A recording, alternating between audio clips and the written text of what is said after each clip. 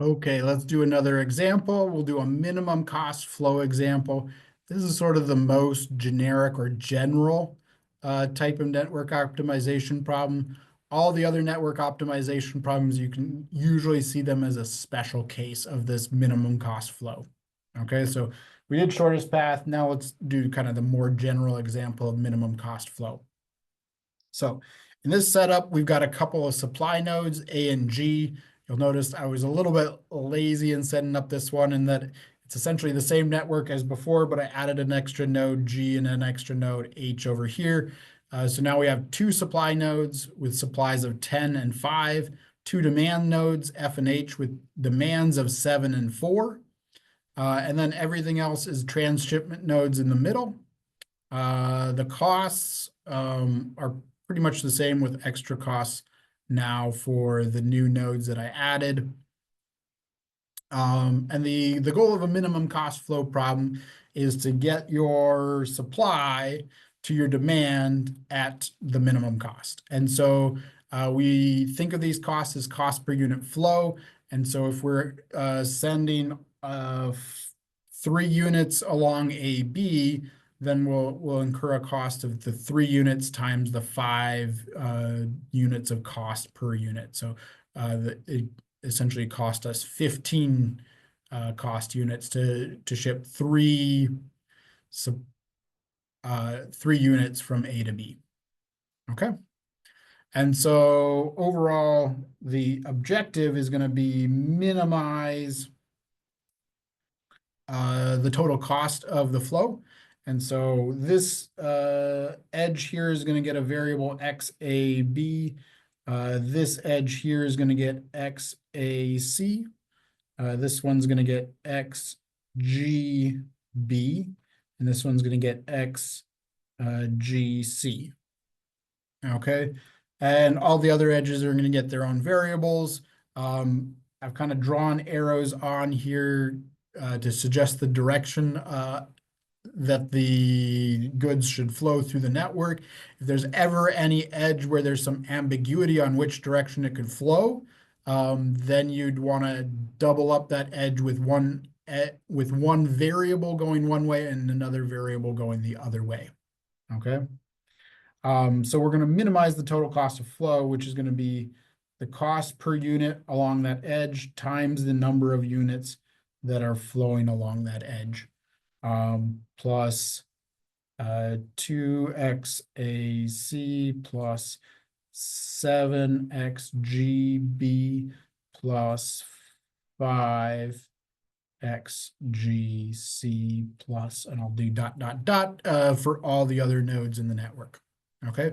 The other thing that I've introduced here is I've put a capacity on this edge from B to E here. So that's associated with XBE. And so the way I've kind of noted it is by having a kind of a lower and upper bound in square brackets. The lower bound is 0. You could have some positive lower bound that says we must ship at least 3 units along this edge, and you could do that. But in this case, lower bound 0, but I put an upper bound of 5 on that edge. And so even if we wanted to send 10 units along this edge, we're not going to allow it. And so that would just be in terms of an upper bound. And so you'd get XBE is less than or equal to 5 as an extra constraint in the problem. Okay. And so any node or any edges that have capacities to them, you get extra constraints on them. Okay. You also have your constraints for inflow equals outflow. And those are the same constraints as in our shortest path problem. Okay. In that the total flow into the node has to be equal to the total flow out of the node. And that flow in can be from supply or edges coming into the node, and the outflow can be from demand or edges flowing out of the node. Okay. Now there's one caveat to that, and what you're going to want to notice here is that I've got an unbalanced problem. So if you have a perfectly balanced problem where the total supply equals the total demand, then this is all you got to do. Okay. But if you've got an imbalance problem where you've got either got more demand or more supply, then we're not going to be able to do equality for everything. It would sort of break because we don't have enough demand for our supply in this scenario. And so we've got a total supply of 15 units of supply. We've got a demand of 11 units over here, 7 and 4. And so we're not going to use up all that supply. Okay. And so whenever you have a scenario like that, you want to go back to your supply nodes and say that the inflow, or essentially the supply, is larger than the outflow. Okay. And so because we have more supply than demand,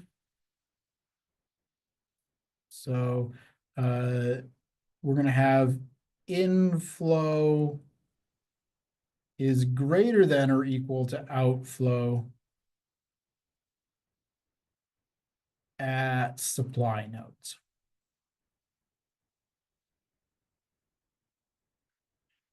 Okay, which allows us to not use up all 10 units of supply here, or maybe all 5 units of supply there.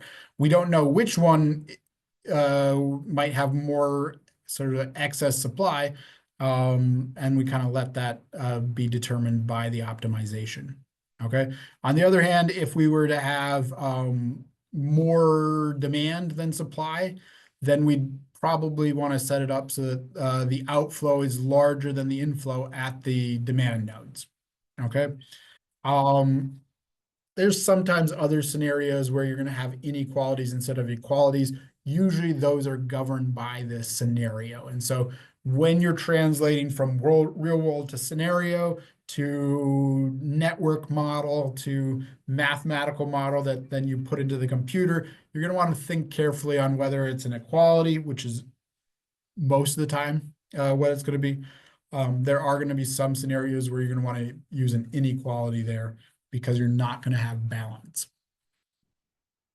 Okay, which was actually the case in our cheese mini project last semester. If you think about it, we had more supply than we had demand, and we didn't have any sort of intermediate nodes either. But we had more supply than we had demand because we had more cheese producers, our factories that were willing to sell us cheese, but we didn't need to buy all their cheese. Okay, so that's going to be what it is. Now let's go ahead and jump over into R and let's see how this is implemented. You'll notice in R, it's going to look very similar to our shortest path example. Okay, so here's our minimum cost flow. Here's our diagram. The main thing that we're going to change here is update our network characteristics. So now I've got 8 nodes, A through H, and so I'm going to use the first 8 letters of the alphabet. Because I was kind of lazy and recycled the previous example. Here are A through F. Here's G, which is another supply node, and H, which is another demand node. Positive for supply, negative for demand is the convention that I'm following. And then here's all my edges. So I've got an edge from A to B, A to C, B to D, B to E, and etc. And here are each of the costs. I've put sort of extra spaces in to try to keep them lined up with the edge that they correspond to. Lower bounds are all going to be 0. Upper bounds, we said we had a capacity of 5 on edge B, from B to E. And so I've kind of kept that in alignment there too. And we'll have to implement that. Okay. So kind of there's my nodes, edges, number of nodes and number of edges. And now this is going to be almost identical to what we had for the shortest path, and I'll point out the differences. So we still add our variables. The variables are the same. We still give it a lower bound. I don't give it the upper bound yet for that one node. I'll tell you, it doesn't like you explicitly telling you that infinity is the upper bound. If infinity is the upper bound, just leave it blank for upper bound. So it doesn't like you actually telling it that infinity is the upper bound. The objective is the identical to what it was before. To implement that upper bound, I use the set bounds function, and this is going to be for the fourth flow. So kind of counting 1, 2, 3, 4. So BE edge. So the fourth edge is B to E, and that has an upper bound of, I just did upper bound for. So whatever the fourth upper bound is, it will get pulled into there. Now, in this case, you could just hard code that in there and that would make sense. But I kind of like referencing this edges data frame that I created. So demand and transshipment nodes in this scenario are going to have equality constraints. Okay, and so that's where this equals is, that the supply inflow plus supply is equal to outflow. But the supply nodes are going to have greater than or equal to constraints. Okay, and so here's how I kind of selectively apply different versions of the constraint to the supply nodes versus the demand and transshipment nodes. So we know that nodes that are supply nodes have a positive supply and demand nodes have a negative supply and transshipment nodes have zero supply.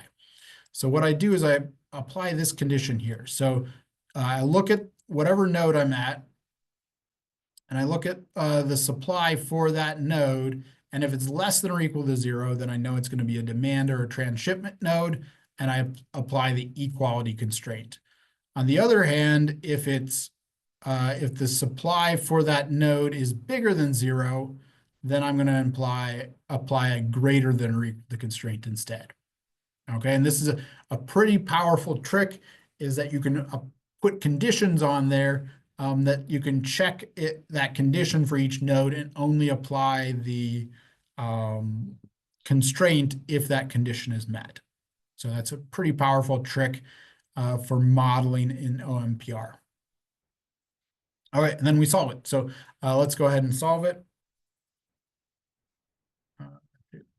Run the whole thing. Kind of looking here, here's the flows. They're kind of wrapped around here. The total cost is 140 for shipping all the units that get shipped. But let's look at the data frame that we created here. And so from A to B, the amount of flow is I'll have 8 units of flow there. Then 2 units, 4 units, 5 units. Some of these edges, for example, from C to D, have no flow along that edge. Same with D to F. From E to F, we've got 7 units and then 1 unit. And then I got a couple more edges over here, and then 4 units. So maybe one thing to note, if I go back here and I look at edge BE, it's got an upper bound of 5, and I actually end up shipping exactly 5 units. To be honest, I made this problem up. I didn't have an upper bound, and then I looked at what the solution was, and then I put an upper bound that was lower than it would have done without that upper bound. And so, yeah, maybe out of curiosity, what you can do is go ahead and comment this out and rerun it without that upper bound. And you get a different solution where now you're shipping 7 units along that edge. Okay, but here, I'll put that back in so I don't forget to. Okay, so essentially these flow variables would direct you of how much you would ship from each node to each other node in sort of matching up your supply to your demand. And in this case, we have too much supply. And so if we look at what's coming out of node A, we've got 8 units and 2 units. That adds up to the 10 units of supply that we have from A. But if we look at node G, so G to B and G to C, I've got 1 and 0. And so although node G has 5 units of supply, we're only using up 1 of those units because we took all the 10 from A and we only need 11 units of demand. And so we're taking, in this case, 10 units from A and only 1 unit from G in order to meet the demand at F and H. Okay. So minimum cost flow is sort of the most general example for linear programming on networks. Shortest path you can think of as a sort of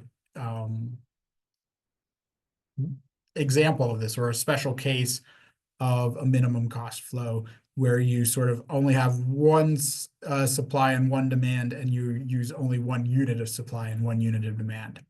So that's it for this video,